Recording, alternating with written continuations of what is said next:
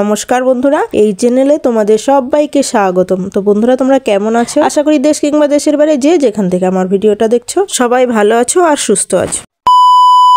চলো তাহলে দেখা যাক ভিডিওটি।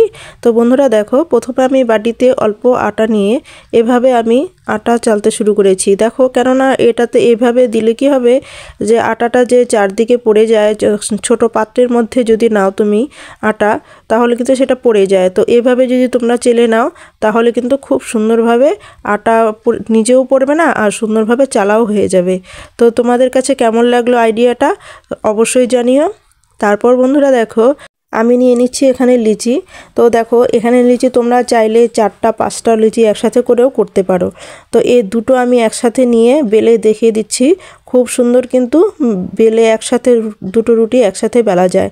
তো দেখো, দুটো রুটি কেন, অনেক রুটিও করতে পারো, 5টা 10টা যেভাবে পারো তোমরা করতে পারো। শুধু এখানে একটা জিনিস খেয়াল রাখতে হবে, এখানে কিন্তু আটাটা একটু বেশি লাগবে। দুটোর মধ্যেই যদি তুমি ভালো, লিচির মধ্যে যদি ভালো করে আটা দিয়ে নাও তাহলে কিন্তু একটার গায়ে আর একটা লেগেও যাবে না, আর ঘুরতেও কিন্তু ওদের সুবিধা হবে। তো খুব সুন্দরভাবে দুটো আমি বেলে নিলাম। তো দেখো কেমন হয়েছে, তোমাদের চোখের সামনেই আমি সুন্দর করে বেলে নিচ্ছি। দেখো খুব সুন্দর কিন্তু চটপট করে হয়ে গেল। তো এইভাবে কিন্তু আস্তে আস্তে তোমরা এরকম করে অনেকগুলো রুটি একসাথে বেলে ভেজে নিতে পারো। তো দেখো, আমি তোমাকে দুটো রুটি দেখিয়ে দিলাম, তো কত সুন্দর হয়েছে দেখতেই পাচ্ছ। তো আইডিয়াটা তোমাদের কাছে কেমন লাগলো অবশ্যই জানিও। তো তারপরের নাম্বার টিপস যেটা, দেখো আমি নিয়ে নিলাম এখানে বেগুনের চাক। তো এখানে আমরা কিন্তু বেগুনের চাক, এই শীতের দিনে বেগুনের চাক ভাজা দিয়ে খেতে প্রচুর সবারই ভালো লাগে, আশা করি সবারই ভালো লাগে। তো দেখো, আমি এরকম চাক গরম জলে দিয়ে দিচ্ছি। তো তোমরা তো ভাবছো যে কি করছে, গরম জলে দিয়ে দিচ্ছে বেগুন ভাজা, এভাবে কি বেগুন ভাজা হয়? হ্যাঁ বন্ধুরা, এভাবেও সম্ভব। তো দেখো বন্ধুরা, ফুটন্ত গরম জলে আমি বেগুনগুলো এপিট ওপিট করে 2-3 মিনিট ঢেকে রেখে দিলাম। 2-3 মিনিট পর আমি এটা এসে উঠাবো। তো 2-3 মিনিট পর আমি চলে এসে দেখো এখন বেগুনটা কিন্তু একদমই অন্য কালার হয়ে গেছে, তোমরা দেখতেই পাচ্ছ।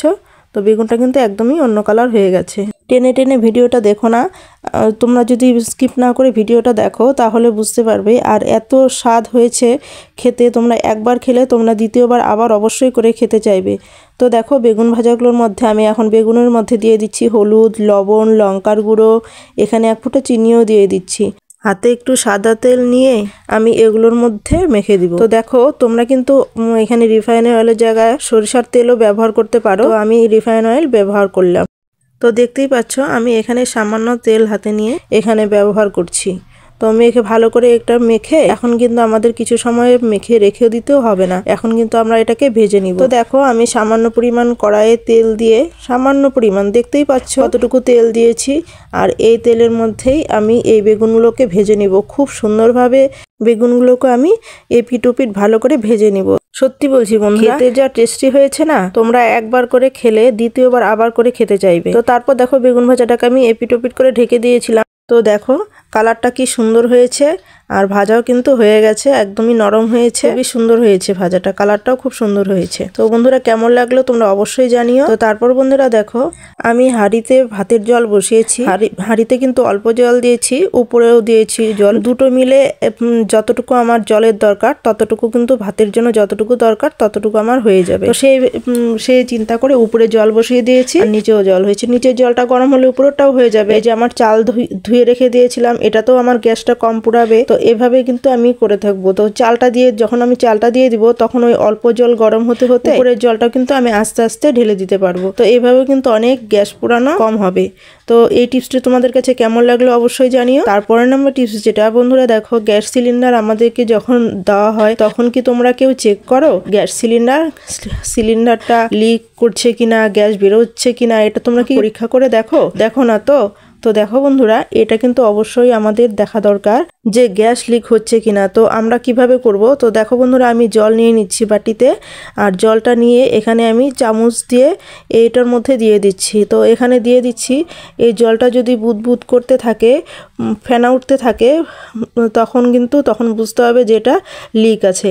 আর যদি এভাবে থাকে তাহলে কিন্তু লিক আর নেই। তো এভাবে অবশ্যই তোমরা বাড়িতে ট্রাই করবে বন্ধুরা। আজকের পর থেকে তোমরা অবশ্যই সিলিন্ডার টেন্ডার চেক করে তারপরই নেবে।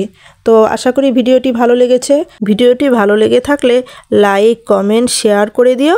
আর নতুন বন্ধুরা তোমরা সাবস্ক্রাইব করে আমার পাশে থেকো এরকম নিত্য নতুন ভিডিও পাওয়ার জন্য। আজ এই পর্যন্ত, দেখা হবে নেক্সট ভিডিওতে। কেমন?